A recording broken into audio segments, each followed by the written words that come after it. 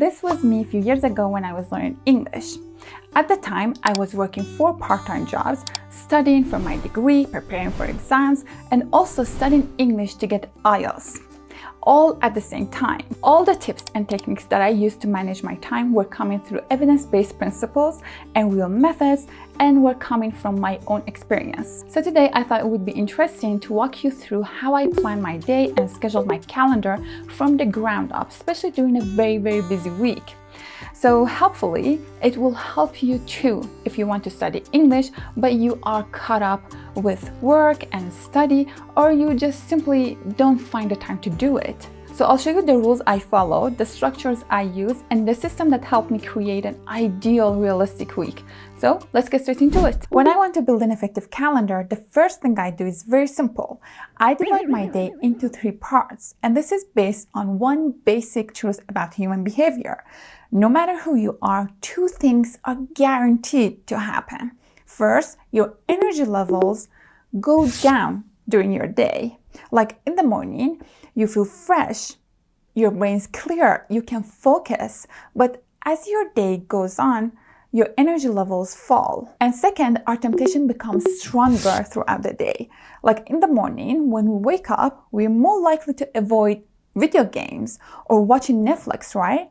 In the morning, we are disciplined. It's easier to focus on a task and avoid anything that is fun. So throughout the day, our energy goes down and our temptation goes up. Keeping these 2 things in mind, I split every single day of my week into 3 parts. The first part is when my energy is high, and that time is reserved for activities that really move my English forward. The ones that need focus and effort and a bit of mental struggle. Like studying grammar that I don't fully understand, or studying vocabulary in context, or practicing speaking in more focused and serious way. Like begin a topic and try to talk about that topic, like social media, for about 5 or 10 minutes. These are not comfortable activities, right? They require attention, they require thinking, and that's exactly why they belong in the first part of the day, when your energy is high. If you try to do these things later when you're tired, you'll probably skip them. I mean, who wants to study grammar after work? You just want to relax, right? So instead, you give your best energy to the hardest task. That way, even if the rest of your day gets messy or busy, you already done the most important work. The second part of the day is when my energy is still there, but not as strong as in the morning. At this point, I'm still buzzing, I'm still active, I'm still moving, but I'm not at my peak energy or focus anymore. So I switch to activities that are productive, but are a bit lighter. I like to think of it as productive, but enjoyable. Do controlled listening. Watch a 5 to 10 minute YouTube video. First, listen normally, then watch it again with subtitles. It improves your listening tremendously, and it affects your understanding of English and your speaking as well. Or try to think in English about your day. Describe what happened today. It's not too hard. It's not too passive either. So these kind of activities fit perfectly in the second part of your day, when you still have energy, but you don't want to fight your brain. The third part of the day is when my energy is at its lowest. It's also the time when it's very easy to get tempted and procrastinate. At night, your brain just wants comfort, wants something easy, something relaxing. So if I leave a big, serious studying at this part of the day, it's almost guaranteed that I'm gonna just go in bed and think, I'll do it tomorrow. So I don't schedule anything heavy or stressful for this part of the day. This time is just for activities that don't require a lot of energy, but still keep me connected to English. For example, watching Netflix in English, a short comedy clip, or listening to music with lyrics, or reading a few pages of my favorite book, listening to a relaxing podcast.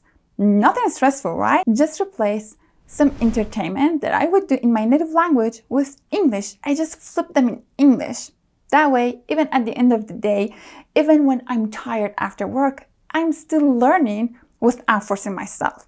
So whenever I look at my calendar, I keep this invisible 3-part structure in mind, and it helps a lot. The second rule I use is work in my favor. You see, when we want to do something, like when we decide to study, we tend to set big goals. We say things like, from tomorrow, I'll wake up 2 hours earlier and study before work. Or after work, when I get home, I'll study for 2 hours straight every single day.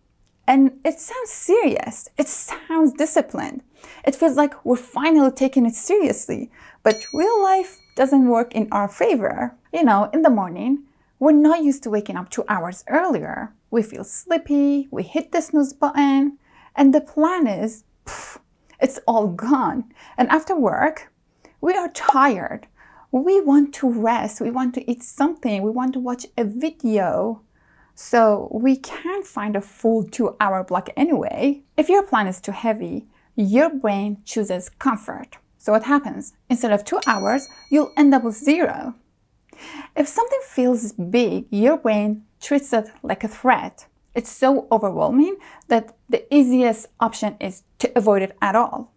And actually, there's a concept in psychology. It's called activation energy. You know, the amount of effort it takes to start something, the bigger the task feels, the more mental resistance you feel. So if your plan is like, I'll study for 2 hours, your brain is like, whoa, 2 hours? It's a lot. I'm gonna quit now. Let's do it later. But if your plan is small, like I'll study for 15 minutes, your brain is like, okay, fine, I can survive 15 minutes. And that's what I'm talking about. Set small goals, have small plans. Small sessions are much more realistic and consistent. So if you can, try this. Study for 15 minutes in the first part, 15 minutes in the second part, and 15 minutes in the third part. That's 45 minutes total. And definitely you will keep up with this plan because 15 minutes is harmless. So always keep this in mind. If it feels too big, you'll avoid it.